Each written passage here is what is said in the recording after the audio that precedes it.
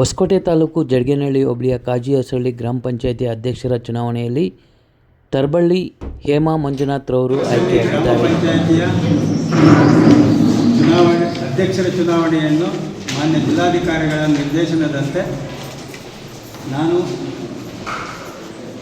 ಈ ದಿವಸ ಚುನಾವಣೆ ಗೊತ್ತುಪಡಿಸಿದ ಅಧಿಕಾರಿಯಾಗಿ ಕಾರ್ಯನಿರ್ವಹಿಸಿದ್ದು, ಈ ಚುನಾವಣೆಯಲ್ಲಿ ಬೆಳಗ್ಗೆಯಿಂದ ಈ ಚುನಾವಣಾ ಪ್ರಕ್ರಿಯೆಯಲ್ಲಿ ಬೆಳಗ್ಗೆ ನಿಯಮಿತವಾಗಿ 11 ಗಂಟೆಯಿಂದ 12 ಗಂಟೆವರೆಗೆ ನಾಮಪತ್ರ ಸ್ವೀಕೃತಿ ಮತ್ತು 12ರಿಂದ 12:30 ಗಂಟೆ ಒಳಗಡೆ ನಾಮಪತ್ರಗಳ ಪರಿಶೀಲನೆ ಹಾಗೂ 12:30ರಿಂದ 1 ಗಂಟೆಯವರೆಗೆ ನಾಮಪತ್ರ ಹಿಂಪಡೆಯುವ ನಿಗದಿಗೊಳಿಸಲಾಗಿತ್ತು.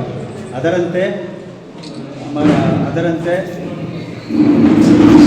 ನಮ್ಮ ಈ ಗ್ರಾಮ ಪಂಚಾಯಿತಿ ವ್ಯಾಪ್ತಿಯ KM ಮುನಿರಾಜು ಮತ್ತು ಹೇಮಾ ಅವರು ಇಬ್ಬರು ನಾಮಪತ್ರ ಸಲ್ಲಿಸಿದ್ದರು.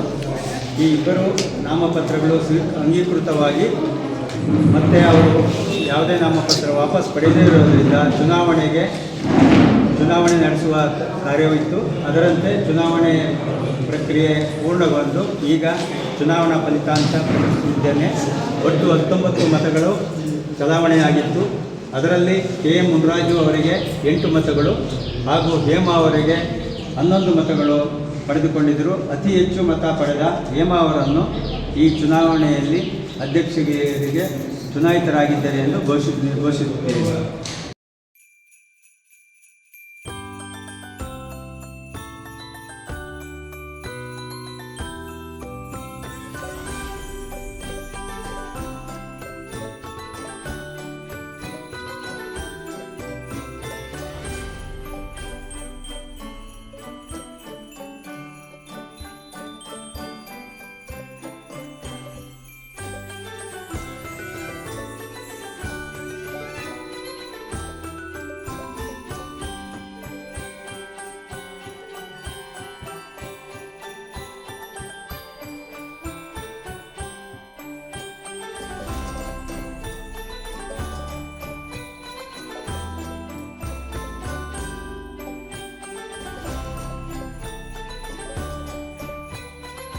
ಗ್ರಾಮ ಪಂಚಾಯಿತಿ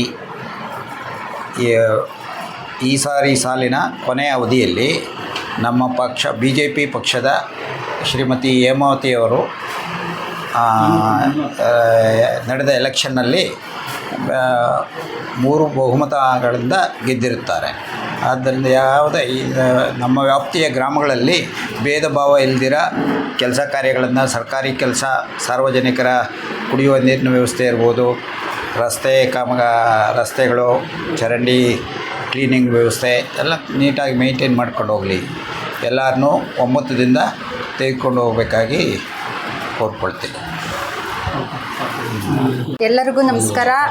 ಇವತ್ತು ನಮ್ಮ ಪಂಚಾಯಿತಿ ಕಾಜಿ ಹೊಸಳ್ಳಿ ಗ್ರಾಮ ಪಂಚಾಯಿತಿಯಲ್ಲಿ ಏನು ಎಲೆಕ್ಷನ್ ನಡೀತು, ನಾವು 19 ಜನ ಇದ್ವಿ.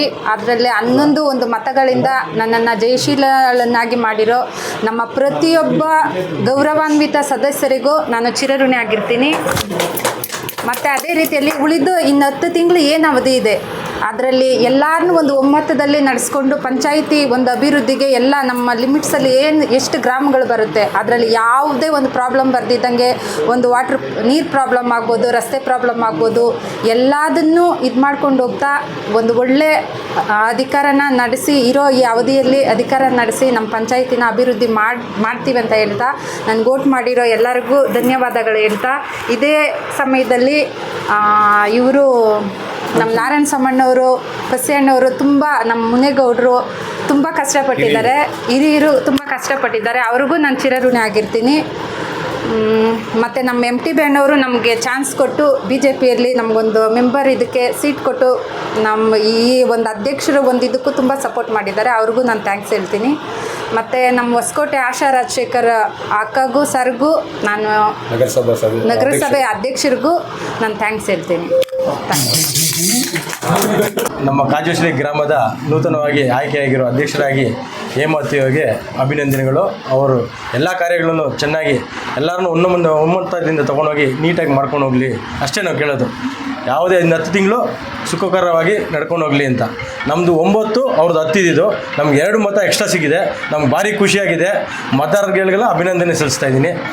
ಜೈ ಹಿಂದ್, ಜೈ ಕನ್ನಡ. ಮತ್ತೆ ನಡೆದಿರ್ತಕ್ಕಂಥ ಕಾಜೇಹೊಸಳ್ಳಿ ಗ್ರಾಮ ಪಂಚಾಯತಿ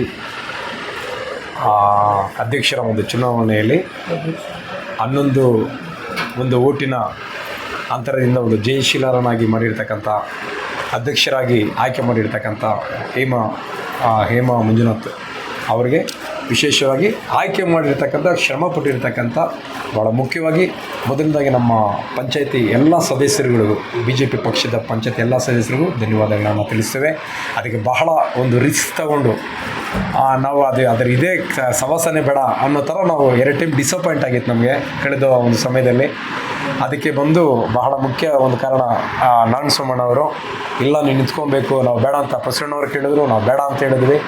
ಆಮೇಲೆ ತುಂಬ ರಿಸ್ಕ್ ತಗೊಂಡು ಮತ್ತು ಅದಕ್ಕೆ ಪ್ರೋತ್ಸಾಹವಾಗಿ ಮುನಿಯಗೌಡರು ನಮ್ಮ ಹಿರಿಯರಿದ್ದಾರೆ, ಬಸಯ್ಯಣ್ಣವರು, ನಾರಾಯಣ ಸೋಮಣ್ಣವರು, ಅದ್ರ ಜೊತೆ ಎಲ್ಲ ನಮ್ಮ ಮೆಂಬರ್ಸು ಸಿಕ್ಕಾಪಟ್ಟೆ ಸಪೋರ್ಟ್ ಮಾಡಿದ್ದಾರೆ, ರಿಸ್ಕ್ ತೊಗೊಂಡಿದ್ದಾರೆ. ಇದಕ್ಕೆ ಮೂಲ ಒಂದು ಕಾರಣ ಅಂದರೆ BJP ಪಕ್ಷದಿಂದ MT ಬೇಣವರ ಒಂದು ನೇತೃತ್ವದಲ್ಲಿ ಅವರ ಒಂದು ಆಶೀರ್ವಾದ ನಾವು ತಿಳ್ಕೊಳ್ಳಬೇಕು ಖಂಡಿತವಾಗಿ.